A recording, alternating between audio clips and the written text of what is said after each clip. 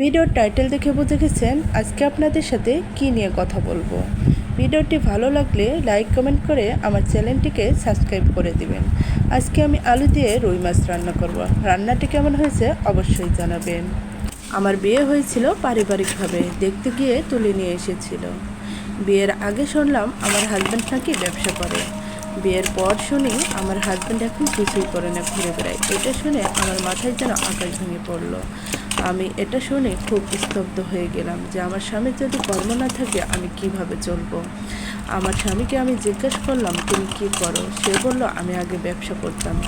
বললাম এখন কি করো। সে বলল এখন আপাতত কিছুই করি না। আমি বললাম কেন। সে বলল যে ব্যবসাটা করি সেটা টেন্ডার, আমি লটারি কাটলে বেশিরভাগ লস যাচ্ছে, এর জন্য এখন আপাতত বাদ দিয়েছি, কিছুই করছি না।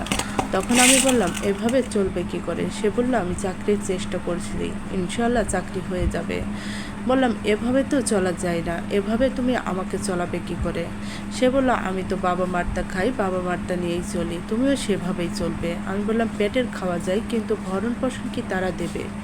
সে বলল আমি তো আছি, দেখা যাবে। কিন্তু যতদিন যেতে থাকলো সমস্যা বাড়তে থাকলো। আমার যদি কোনো কিছুর প্রয়োজন হয় সে তখন তার বাবা মার কাছে টাকা চাইতে গেলে কথা শোনায়। এটা শুনলে আমার খুব মন খারাপ হয়।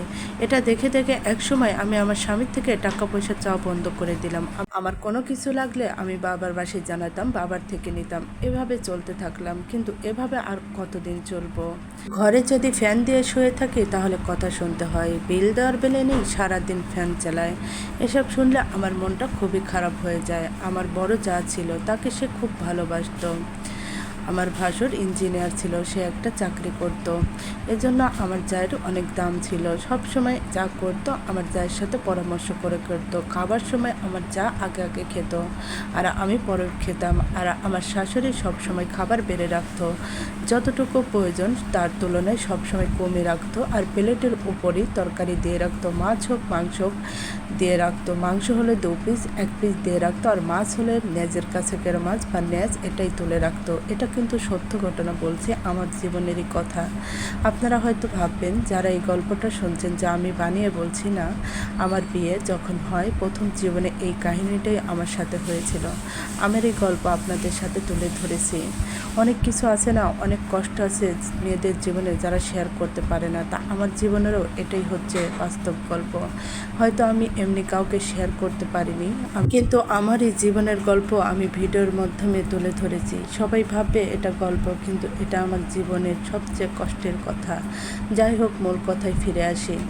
এভাবে তো বেশি দিন চলা যায় না। আমার খুব সমস্যা হতে লাগলো। আমার শাশুড়ির কথা শুনলে আমার খুব খারাপ লাগতো। এভাবে মাঝে মাঝে 2-1টা কথা হয়, তর্কাতর্কি হয়। কিন্তু এক সময় আমার শাশুড়ি বলে উঠলো যে তুমি যদি এরকম করো তাহলে বাবার বাসায় চলে যাও, যতদিন তোমার স্বামী চাকরি না পাবে তুমি এ বাসায় আসবে না। তখন সত্যি সত্যিই আমার বাবাকে ফোন করে আমি চলে গেলাম। যাওয়ার পর দেখি যে আমি কনসিভ করেছি, 3 মাস হয়ে গেছে। তখন আমি আমার স্বামীকে জানালাম যে এরকম অবস্থা। সে বলল তুমি চলে আসো। তখন আসার পর এটা আমার শাশুড়ি শুনে তো খুব রেগে যায়। সে বলে তোমাকে খাওয়াবো, তোমার স্বামীকে খাওয়াবো, আবার যে বাচ্চা আসবে তাকেও খাওয়াবো, এ বাচ্চাটা নষ্ট করে দাও। কিন্তু আমি কোনো মতেই রাজি ছিলাম না। তখন আমার স্বামী বলল যে তুমি এটাকে নষ্ট করে দাও, যদি কর্ম না হয় তাহলে একে মানুষ করব কি করে, চাকরি বাকরি হলে তখন দেখা যাবে। তো সত্যি সত্যিই আমি বাচ্চাটা নষ্ট করে দিই। আমার প্রথম বাচ্চা আমি নষ্ট করে দিয়েছিলাম তাদের কথা মতো। এখানে আমার কোনো দোষ নেই, আল্লাহ তো দেখেছে।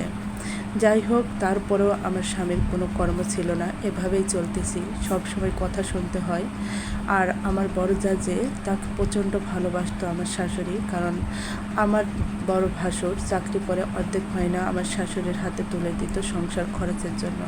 আমার শ্বশুরও চাকরি করতো, তাদের অবস্থা কিন্তু মোটামুটি ভালো ছিল। তারপরেও ছোট ছেলে আর ছোট বৌমাকে খাওয়াতে তাদের অনেক অসুবিধা হচ্ছিল। তারা বসে বসে কেন খাওয়াবে, এটাই ছিল তাদের কথা। যাই হোক, এসব কষ্টের কথা আর কি বলবো। অবশেষে আমার স্বামীর একটা অ্যাপয়েন্টমেন্ট লেটার আসে। আমার স্বামী কিন্তু সত্যিই সরকারি চাকরি করে। তখন আমার আবারও বাচ্চা পেটে, তখন 2 মাস চলছিল। আলহামদুলিল্লাহ আমার স্বামীর চাকরি হয়ে গেল। কিন্তু এখানে বড় সবচেয়ে দুঃখের বিষয় ছিল, যখন আমার স্বামীর চাকরি হয় তখন আমি কনসিভ করি 2 মাস। আর তার মধ্যেই আমার বড় ভাসুর মারা যায়। তাকে মেরে ফেলা হয় গলা কেটে, তার হোন্ডা কেড়ে নিয়ে তাকে মেরে ফেলা হয়েছিল। তার একটা মেয়ে সন্তান ছিল। কিছুদিন তার স্ত্রী আমাদের বাসায় ছিল, থেকে সে একবারে বাবার বাসায় চলে গিয়েছিল। কি নির্মম পরিহাস! বৌমা বাড়ি ছেড়ে চলে গেল আর মেয়ে ঘরে এসে ফিরল। এটাই হলো আমাদের সংসার জীবনের কাহিনী, বাস্তব কাহিনী। আমার ভাসুর মারা যাওয়ার বেশ কিছুদিন পর আমার নন্দী মারা গেল। আমার নন্দী ঢাকায় থাকতো বাসা ভাড়া করে, সেখানে কোনো কিছুই ছিল না তার থাকার মতো। যেদিন আমার নন্দী মারা যায় সেদিনই আমার ননদ বাসায় চলে আসে। তাকে মাটি দিয়ে আমার শাশুড়ির সাথে, আমার স্বামীর সাথে একবারে বাসায় চলে আসে। আমার দুঃখের দিন শুরু হয় তখন থেকেই। আমি ভাবিনি কখনো যে আমার জীবনে এরকম দিন আসবে। ভেবেছিলাম আমার স্বামীর চাকরি হলে হয়তো আমার দিন ভালো যাবে, আমার সন্তানকে নিয়ে আমি সুখে শান্তিতে সংসার করব। কিন্তু আমার আর সেটা হলো না। বাসা থেকে যা চলে গেল আর ননদ এসে হাজির হলো। যা থাকলে কিন্তু সমস্যা হয় না, যার সাথে যুদ্ধ লড়াই করে থাকা যায়, কিন্তু ননদের সাথে পারা যায় না। কারণ বুঝতেই পারছেন, তার মা বাবা সবাই থাকে, একটা কথা বললে 10 জন এসে ধরে। এটাই হয়েছে আমার জীবনে। আমার সন্তানের বয়স আর তার সন্তানের বয়স ছিল সেম। এখানেই বড় সমস্যা ছিল, কারণ তারা দুজনই ছিল ছোট।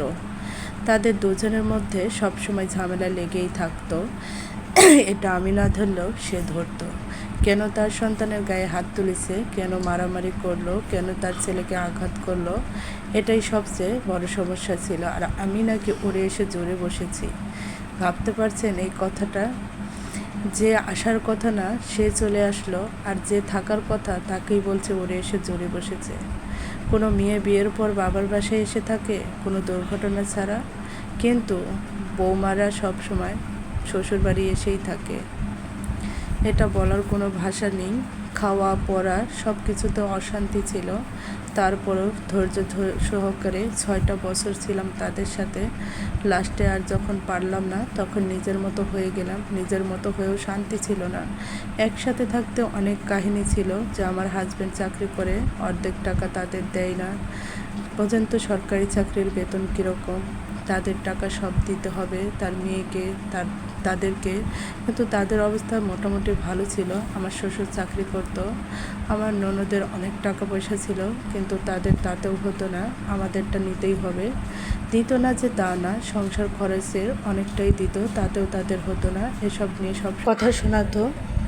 যাই হোক, এরকম 5 বছরের মতো সাথে ছিলাম।